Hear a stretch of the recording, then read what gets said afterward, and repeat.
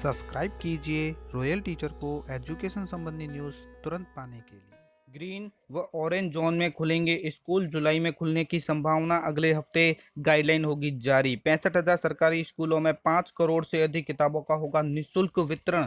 कई राज्यों में बच्चों को मिड डे मील नहीं पहुंचने से केंद्र सरकार हुई नाखुश। अवकाश में भी जारी रहेगा शिक्षा वाणी का प्रसारण।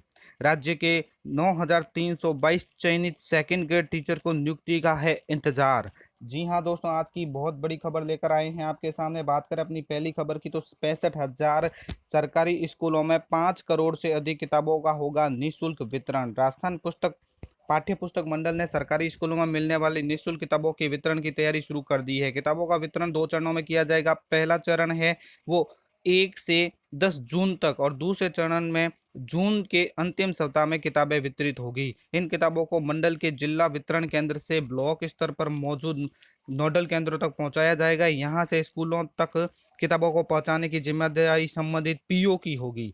ग्रीष्मकालीन अवकाश के बाद स्कूलों में विद्यार्थियों को किताबें वितरित की जाएगी। पाठ्य पुस्तक मंडल की ओर से इस बार 65,000 सरकारी विद्यालयों में पहली से 12वीं कक्षा तक की 5 करोड़ से अधिक पुस्तकों का निःशुल्क वितरण होना है। माध्यमिक शिक्षा निदेशक ने भी सभी नोडल केंद्रों के संस्था प्रधानों के निर्देश दिया है कि वे जिला वितरण केंद्र से निःशुल्क वितरण होने वाली इन किताबों को प्राप्त करें।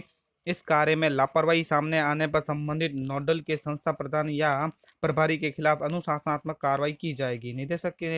ने यह भी निर्देश दिया है कि कोरोना महामारी के चलते अगर किसी नोडल को आइसोलेशन सेंटर के रूप में काम में लिया जा रहा है तो नजदीकी स्कूल में किताबों के भंडारण की व्यवस्था की जाए। गौरतलब है कि कक्षा 1 से 8 तक समस्त विद्यार्थियों को है वो नहीं मिलने से केंद्र सरकार है वो नाखुश हो गई है।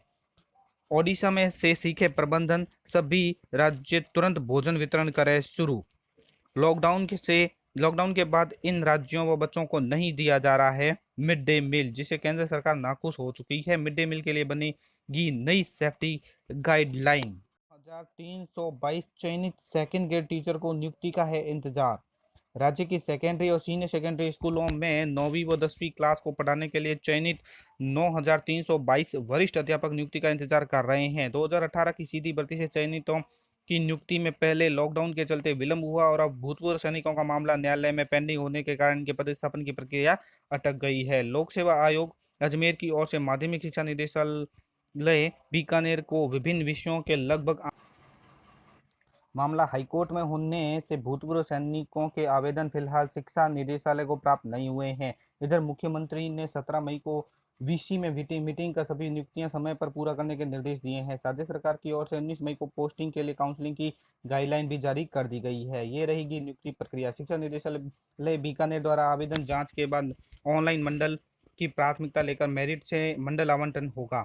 फिर आवंटित मंडल में काउंसलिंग से पोस्टिंग मिलेगी। उधर राजस्थान प्राथमिक और माध्यमिक शिक्षक संघ के महामंत्री महेंद्र पांडे ने सरकार को ज्ञापन भेजकर नियुक्ति की अनुमति देने की मांग रखी है। अक्टूबर नवंबर में हुई थी परीक्षा। वरिष्ठ अध्यापक सीधी भर्ती परीक्षा 2018 में आरपीएससी द्वारा अजमेर द्वारा अक्टूबर नवंबर में करवाई गई थी। आयोग द्वारा अलग अलग विषयों का परिणाम भी एक साथ जारी नहीं हुआ। अक्टूबर 2019 से शुरू कर आयोग ने मार्च में अंतिम परिणाम का प्रसारण। ऑनलाइन अध्ययन व्यवस्था के तहत रेडियो पर चल रहा शिक्षा वाणी प्रसारण है वो अवकाश के दिन भी जारी रहेगा। इसमें सोमवार को महाराणा प्रताप जयंती अवकाश के दिन सुबह 11 बजे से 11:55 तक पाठ्यक्रम का सामग्री का प्रसारण किया जाएगा। रविवार को मीना की कहानियां कक्षा 7 के लिए हिंदी के वसंत का पाठ, एक कक्षा 11 के लिए हिंदी अनिवार्य विज्ञान का पाठ, राजस्थान की रजत बूंदों का प्रसारण किया जाएगा। इसी प्रकार सोमवार को मीना की कहानियां कक्षा 7 के लिए हिंदी वसंत का पाठ, 4 कठपुतली कक्षा 11 के लिए जीव विज्ञान का पाठ, 2 जीव जगत का वर्गीकरण का प्रसारण किया जाएगा। राजस्थान राज्य शैक्षिक अनुसंधान एवं प्रशिक्षण परिषद उदयपुर के निदेशक के अनुसार यह कार्यक्रम 30 जून तक प्रतिदिन जारी रहेगा। कार्यक्रम अवकाश के दिन ऑरेंज जोन में खुल सकेंगे स्कूल, जुलाई में खुलने की है संभावना, अगले सप्ताह गाइडलाइन होगी जारी। वैश्विक महामारी कोविड-19 के लॉकडाउन के बाद जुलाई में स्कूल कॉलेज खुल सकेंगे। हालांकि शिक्षण संस्थाएं खुलने पर प्राइमरी कक्षा तक के छात्रों के स्कूल आने पर रोक संभव है। दरअसल छोटे बच्चों को सामाजिक दूरी के साथ स्कूल परिसर में एक साथ संभालना थोड़ा मुश्किल है, इसलिए शिक्षण संस्थाएं बड़ी कक्षाओं जैसे 8वीं से 12वीं तक के छात्रों के लिए खुल सकते हैं।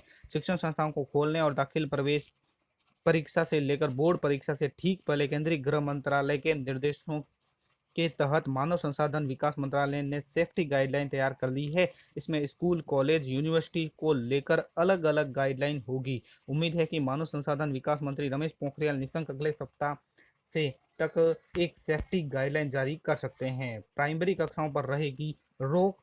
सूत्रों के मुताबिक प्राइमरी कक्षा को फिलहाल कोरोना बचाव के तहत हालात ठीक होने तक घर में काम दिया जाएगा। इसमें शिक्षक प्रतिदिन अभिभावकों को प्रैक्टिकल वर्क होमवर्क के रूप में देंगे। इसमें छात्रों की क्रिएटिविटी पर जोर दिया जाएगा। मंत्रालय द्वारा जारी होने वाली सेफ्टी गाइडलाइन राज्य सरकार उसमें अपने आधार पर थोड़ा बहुत बदलाव कर सकेगी। स्कूलों में लगेंगे थर्मल स्कैनिंग। यहाँ देखिए, स्कूलों में थर्मल स्कैनर लगेंगे। संस्थाएं खोलने से पहले शिक्षकों को थर्मल स्कैनिंग प्रयोग करने, सामाजिक दूरी के साथ छात्रों को रहने, बैठने, खाने आदि को सिखाने की बाकायदा ट्रेनिंग भी दी जाएगी। कक्षा में एक बेंच पर एक छात्र बैठेगा, फिर 3 वाले सेटिंग में मीटिंग प्लान में सीट खाली रहेगी।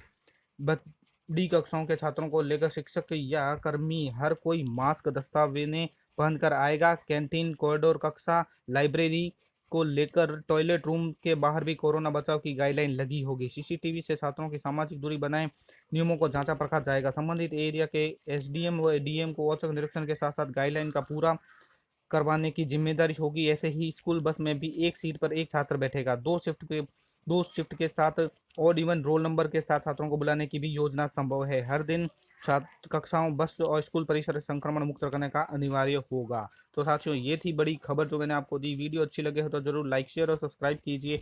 पास में आने वाले घंटी के बटन को जरूर दबाएं एजुकेशन संबंधी न्यूज तुरंत पाने के लिए।